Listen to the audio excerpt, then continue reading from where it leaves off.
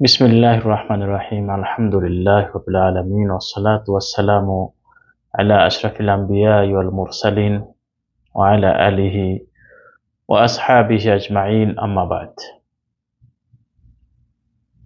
আল্লাহুম্মা আল্লিমনা মা ইয়ানফাউনা ওয়ানফা'না বিমা 'আল্লামতানা ওয়া জিদনা ইলমা। আল্লাহুম্মা আরিনাল হাক্কা হাক্কান ওয়ারযুকনা ইত্তিবা'আহ ওয়া আরিনাল বাতিলা বাতিলান ওয়ারযুকনা ইজতিনাবাহ। প্রিয় দিনী ভাইয়েরা,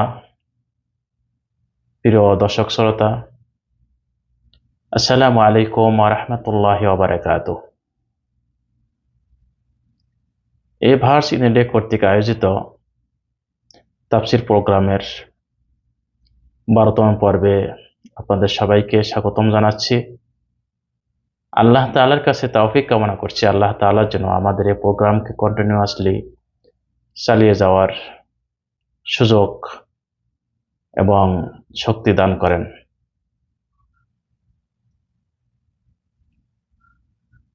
আজকের আপনাদের সামনে সূরাতুল বাকারার 30 নম্বর আয়াত আমরা দেখব।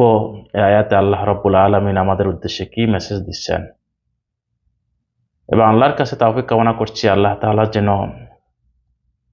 সূরাতুল বাকারার 30 নম্বর আয়াতের মেসেজ অনুযায়ী যেন আমরা জীবন পরিচালনা করতে পারি। আল্লাহর কাছে সে তৌফিক কামনা করছি। আল্লাহ রাব্বুল আলামিন বলছেন, আউযু বিল্লাহি মিনাশ শাইতানির রাজীম, বিসমিল্লাহির রহমানির রহিম। ওয়া ইয ক্বালা রাব্বুকা লিল মালাইকাতি ইন্নী জাইলুন ফিল আরদি খলিফা ক্বালু আতাজআলু ফিহা মান ইউফসিদু ফিহা ওয়া ইয়াসফিকু দিমা ওয়া নাহনু নুসাব্বিহু বিহামদিকা ওয়া নুকদ্দিসু লাক ক্বালা ইন্নী আ'লামু মা লা তা'লামুন। আয়াতের অর্থ হলো, ওয়া ইয ক্বালা রাব্বুকা, হে আল্লাহর নবী স্মরণ করো সেই সময়ের কথা যখন তোমার রব বললেন লিল মালাইকাতি, ফেরেশতাদেরকে, ইন্নী জাইলুন ফিল আরদি খলিফা, নিশ্চয়ই আমি বানাতে চাই এই পৃথিবীতে খলিফা, প্রতিনিধি। ক্বালু, তখন ফেরেশতারা বলল, আতাজআলু ফিহা মান ইউফসিদু ফিহা ওয়া ইয়াসফিকু দিমা, হে আল্লাহ আপনি কি পৃথিবীতে এমন খলিফা বানাবেন যারা তথায় বিশৃঙ্খলা সৃষ্টি করবে, ওয়া ইয়াসফিকু দিমা, এবং সেখানে রক্তপাত করবে, ওয়া নাহনু নুসাব্বিহু বিহামদিকা ওয়া নুকদ্দিসু লাক, অথচ আমরাই তো তাসবিহ পড়ছি আপনার প্রশংসায়, ওয়া নুকদ্দিসু লাক, এবং আপনার পবিত্রতা বর্ণনা করছি। ক্বালা ইন্নী আ'লামু মা লা তা'লামুন, তখন আল্লাহ রাব্বুল আলামিন ফেরেশতাদের জবাবে বললেন, ইন্নী, নিশ্চয়ই আমি যা জানি যা তোমরা জানো না, নিশ্চয়ই আমি জানি যা তোমরা জানো না। এই 30 নম্বর আয়াতে আল্লাহ রাব্বুল আলামিন একটি গুরুত্বপূর্ণ বিষয় নিয়ে কথা বলছেন। বিষয়টা হলো মানব সভ্যতার সূচনা ও ক্রমবিকাশ। মানব সভ্যতা শুরু হয়েছে কোন সময় থেকে, কার থেকে, এবং এর ক্রমবিকাশ আজকের পর্যন্ত যে 600 অথবা 700 কোটি মানুষ রয়েছে, এই সংখ্যায় পৌঁছার পর্যন্ত যে মানব সভ্যতার একটা ক্রমবিকাশ, এই 700 জনগণের, 700 মানুষের আদি পিতা হলেন একজন, তিনি হলেন হযরত আদম আলাইহিস সালাম, তিনি প্রথম নবী ছিলেন। তো আল্লাহ রাব্বুল আলামিন এই আয়াতের মাধ্যমে আমাদেরকে স্পষ্ট জানিয়ে দিচ্ছেন, এবং যারা আল্লাহ রাব্বুল আলামিন এই ধারাকে বিশ্বাস করে না, বরং যারা বলে যে মানুষ এসেছে বানর থেকে, আল্লাহ রাব্বুল আলামিনের এই আয়াতে তাদের এই ভ্রান্ত বিশ্বাসের, ভ্রান্ত আকীদার স্পষ্ট জবাব রয়েছে। তো এই আয়াতে আমরা দেখতে পাই প্রথমেই আল্লাহ রাব্বুল আলামিন লিল মালাইকা, ওয়াইজ ক্বালা রাব্বুকা লিল মালাইকা। এখানে মালাইকা শব্দের অর্থ কি? মালাইকা কারা? মালাইকা হলো, এর অর্থ হলো ফেরেশতা। আল্লাহ তাআলার এক বিশাল আকার সৃষ্টির ফেরেশতা। এদের প্রতি ঈমান আনা ওয়াজিব। অস্বীকার করলে ফেরেশতাদেরকে কাফের হয়ে যাবে। যে অস্বীকার করবে ফেরেশতা নাই, কারণ ফেরেশতা তো আমরা দেখছি না, এটা অদৃশ্যের প্রতি বিশ্বাস আনার শামিল। তো যারা ফেরেশতাকে অস্বীকার করবে তারা কাফের হয়ে যাবে। আমানতু বিল্লাহি ওয়া মালাইকাতিহি ওয়া কুতুবিহি ওয়া রুসুলিহি ওয়াল ইয়াউমিল আখির ওয়াল কদরি খায়রিহি ওয়া শাররিহি। এর জন্য ফেরেশতার প্রতি ঈমান আনা ওয়াজিব। আর ফেরেশতার বিভিন্ন দায়িত্বের থাকে। জিবরাইল আলাইহিস সালাম তিনি ওহীর দায়িত্বে রয়েছেন। মিকাইল আলাইহিস সালাম তিনি বৃষ্টি বর্ষণ রিজিকের দায়িত্বে রয়েছেন। আল্লাহ তাআলা তাদেরকে এই দায়িত্ব দিয়েছেন। এরপরে ইসরাফিল আলাইহিস সালাম তিনি সিংহা নিয়ে বসে আছেন, কিয়ামত সংগঠিত করবেন। এরপরে মালাকুল মাউত আজরাইল আলাইহিস সালাম যাকে আমরা বলি, তিনি সৃষ্টি জগতের মানুষের মৃত্যুর কাজ নিয়ে তিনি আছেন, মৃত্যু ঘটান। এইভাবে ফেরেশতারা বিভিন্ন দায়িত্বে নিয়োজিত রয়েছেন। কিছু ফেরেশতা আছেন, 8 জন ফেরেশতা আছেন আল্লাহ রাব্বুল আলামিনের আরশ বহন করে আছেন। কিছু ফেরেশতা আছে আল্লাহ তাআলা আরশের চতুর্দিকে ঘুরছেন। কিছু ফেরেশতা আছে সিজদায় রত আছেন। কিছু ফেরেশতা আছে দাঁড়িয়ে আছেন। কিছু ফেরেশতা আছে বসে আছেন। কিছু ফেরেশতা রুকুতে দাঁড়িয়ে আছেন।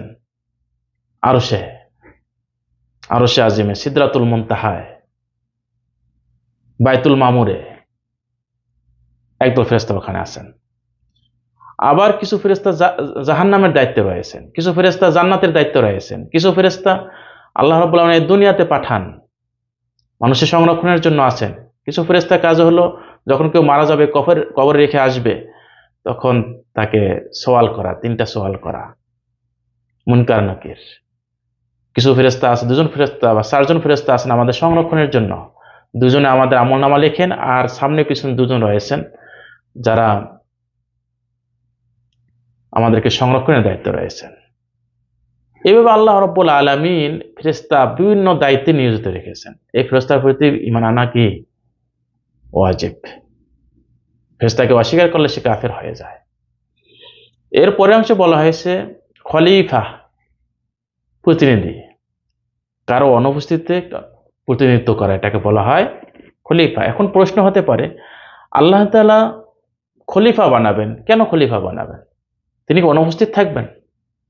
এর জবাব হলো, আল্লাহ রাব্বুল আলামিন তার বিধান প্রতিষ্ঠার জন্য কাউকে দায়িত্ব গ্রহণকারী বানাবেন।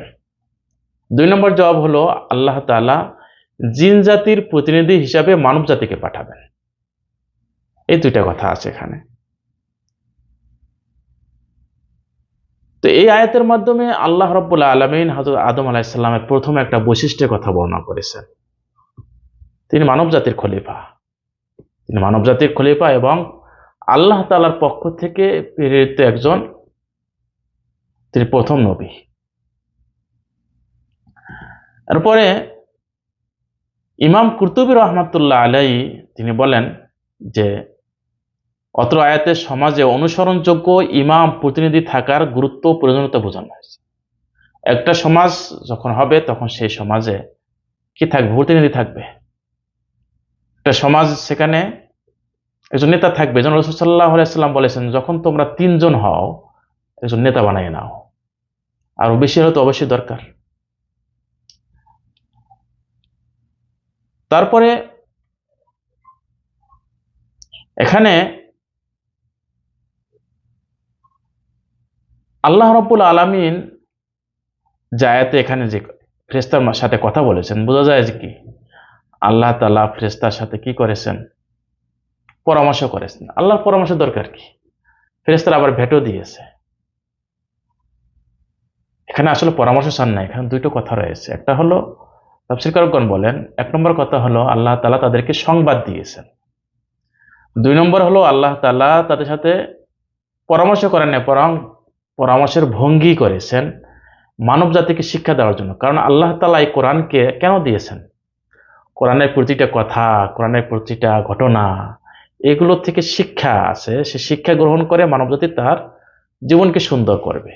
তো আল্লাহ তাআলা এখানে পরামর্শের ভঙ্গি করে মানবজাতিকে শিক্ষা দিয়েছেন যে গুরুত্বপূর্ণ কোন কাজে কি করতে হয়, পরামর্শ করতে হয়।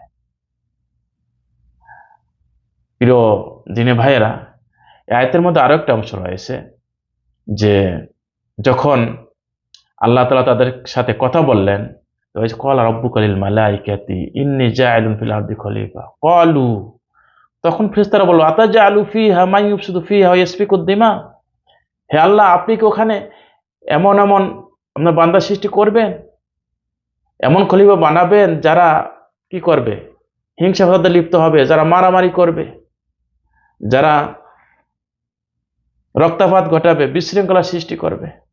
তো আমরা তো আপনার প্রশংসা নিয়োজিত। এখানে প্রশ্ন হতে পারে, তো ফেরেশতারা কিভাবে গায়েব জানেন? তো ফেরেশতা কি গায়েব জানেন? এখানে উত্তর হলো, তাফসীরকারগণ উত্তর দিয়েছেন এখানে যে ফেরেশতারা এখানে কি করেন নাই, গায়েব জানেন না, বরং ফেরেশতারা তাদের অভিজ্ঞতা প্রকাশ করেছেন। এই মানবজাতি আসার আগে এই পৃথিবীতে কারা ছিল, কারা আবাদ করতো, আল্লাহ তাআলা কাদেরকে পাঠিয়েছিলেন? প্রথমে বানজাতি যখন বিশৃঙ্খলা সৃষ্টি করে আল্লাহর অনুগত হয় নাই, তখন আল্লাহ তাআলা তাদেরকে সমূলে ধ্বংস করে দিলেন। ফেরেশতা পাঠায় দিয়ে তাদেরকে সমূলে ধ্বংস করে দিয়েছেন। এরপরে জিন জাতিকে পাঠিয়েছেন। জিন জাতীয় তারা আল্লাহর অনুসরণের পরিবর্তে তারা হিংসা, বিদ্বেষ, ফাসাদ, তারপরে বিশৃঙ্খলা সৃষ্টি করা, রক্তপাত করা, এগুলোতে জড়িয়ে পড়েছিলেন। পরে আল্লাহ রাব্বুল আলামিন ফেরেশতা পাঠিয়ে দিয়ে তাদেরকে এই পৃথিবী থেকে অন্য জায়গায় তাড়িয়ে দিয়েছেন, বিভিন্ন দ্বীপে, বিভিন্ন অন্য গ্রহে তাদেরকে পাঠিয়ে দিয়েছেন। মাঝে মধ্যে তারা এসে কি করে, এখানে হামলা দেয় বনি আদমের উপরে। এই অভিজ্ঞতার আলোকে ফেরেশতারা বলেছেন, হে আল্লাহ, আপনি কি এই জমিনে আবারও এমন একটা গোষ্ঠী পাঠাবেন, এমন খলিফা পাঠাবেন যারা তাদের মতো কি করবে, বিশৃঙ্খলা সৃষ্টি করবে। ওয়ানাহনু নুসাব্বিহু বিহামদিকা ওয়া নুকাদ্দিসু লাক, অথচ আমরা তো এখানে কি করতেছি, আপনার প্রশংসা করতেছি, তাসবিহ পড়তেছি, আপনাকে পুতপবিত্র ঘোষণা করছি, আপনার কোনো শরিক নাই, তারপরে তাসবিহ পড়ছি, এটা কি যথেষ্ট না? তখন আল্লাহ রাব্বুল আলামিন বললেন, ইন্নী আ'লামু মা লা তা'লামুন, ও ফেরেশতারা, আমি যা জানি তোমরা তা জানো না। এর থেকে বোঝা যায় যে আল্লাহ রাব্বুল আলামিন ফেরেশতাদের সাথে কি করেন নাই, পরামর্শ করেন নাই, বরং আল্লাহ রাব্বুল আলামিন তার সিদ্ধান্তকে, তার প্ল্যান, তিনি কি করবেন, এটা জাস্ট ফেরেশতাদের সাথে শেয়ার করেছেন। আল্লাহ তাআলা কারো থেকে পরামর্শ নেওয়ার দরকার হয় না। আল্লাহ তাআলা নিজেই সবকিছু পারেন, আল্লাহ নিজেই সবকিছু করেন। ভাইরা আমার, এই আয়াতের মাধ্যমে আমরা মূল যে শিক্ষাগুলো পেয়ে থাকি, এক নম্বর হলো, আমরা মানব জাতি বানর থেকে আসি নাই, আমরা অসভ্য ছিলাম না। আল্লাহ রাব্বুল আলামিন আমাদেরকে সভ্যতা শিক্ষা দিয়ে, আদম আলাইহিস সালামকে সভ্যতা শিক্ষা দিয়ে তাকে পাঠিয়েছেন, নবী করে পাঠিয়েছেন, এবং আল্লাহ রাব্বুল আলামিন তাকে নিজ হাতে সুন্দর করে, সুন্দর আকৃতি দিয়ে, লাকাদ খালাকনাল ইনসানা ফি আহসানি তাকওয়িম, সুন্দর আকৃতি দিয়ে আল্লাহ তাআলা সৃষ্টি করেছেন। আমরা যেন ভুল পথে না হাঁটি। এখন সমাজে ফিতনা ছড়াচ্ছে যে ডারউইনের মতবাদ সমাজে প্রতিষ্ঠা করার জন্য চেষ্টা চালাচ্ছে, যে মানুষ এসেছে কি থেকে, বানর থেকে। নাউজুবিল্লাহ, আল্লাহ আমাদেরকে হেফাজত করুন। আল্লাহ আমাদের ওয়ালাকাদ কাররামনা বানি আদম, আল্লাহ তাআলা আমাদেরকে সম্মান দিয়া, সুন্দর করে আকৃতি দিয়ে বানালেন, আর আমরা সেই সম্মানকে অবহেলা করছি। নাউজুবিল্লাহ। আর আমরা অসভ্য ছিলাম না, আমরা ল্যাংটা ছিলাম না কখনো। মানব সভ্যতার ইতিহাসে যে সমাজ বিজ্ঞান যা বলে যে মানুষ এক সময় অসভ্য ছিল, তারা ল্যাংটা জীবনযাপন করতো, খাওয়ার কোনো বুঝতো না। এগুলো কোরআন থেকে বোঝা যায় না। আল্লাহ তাআলা আল্লামা আদম আল আসমা কুল্লাহা, আল্লাহ তাআলা আদম আলাইহিসসালামকে শিক্ষা দিয়েছেন জীবন যাপন করতে যা কিছু দরকার হবে সব কিছু শিক্ষা দিয়েছেন। তিনি কখনো উলঙ্গ ছিলেন না, সব ব্যবস্থা আল্লাহ তাআলা করে তাকে পাঠিয়েছেন। তাহলে আমরা মানব জাতি আল্লাহ তাআলার বিশেষ আদরের সৃষ্টি, আমরা খলিফা। আমাদের দায়িত্ব হলো এই জমিনে খেলাফত কায়েম করা। আল্লাহ আমাদেরকে তৌফিক দেন। 2 নম্বর হলো, আল্লাহ এই আয়াত থেকে আমরা শিখতে পারি যে গুরুত্বপূর্ণ কোনো কাজে আমরা পরামর্শ করব। একটা কাজে পরামর্শ করলে সুন্দর হয়, আল্লাহ এটাই শিক্ষা দিয়েছেন। আল্লাহ তাআলা এখন শিক্ষা দিয়েছেন যে পরামর্শ করতে হবে, বড় একটা কাজে পরামর্শ করতে হয়।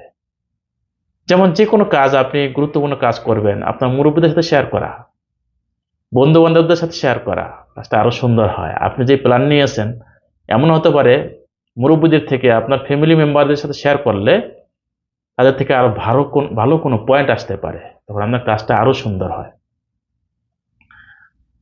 আল্লাহ রাব্বুল আলামিন আমাদেরকে আয়াত থেকে শিক্ষা গ্রহণ করার এবং জীবনে আমল করার তৌফিক দেন। সুবহানাকাল্লাহুম্মা ওয়া বিহামদিকা আশহাদু আল্লা ইলাহা ইল্লা আন্ত আস্তাগফিরুকা ওয়া আতুবু ইলাইক। আসসালামু আলাইকুম ওয়া রাহমাতুল্লাহি ওয়া বারাকাতুহু।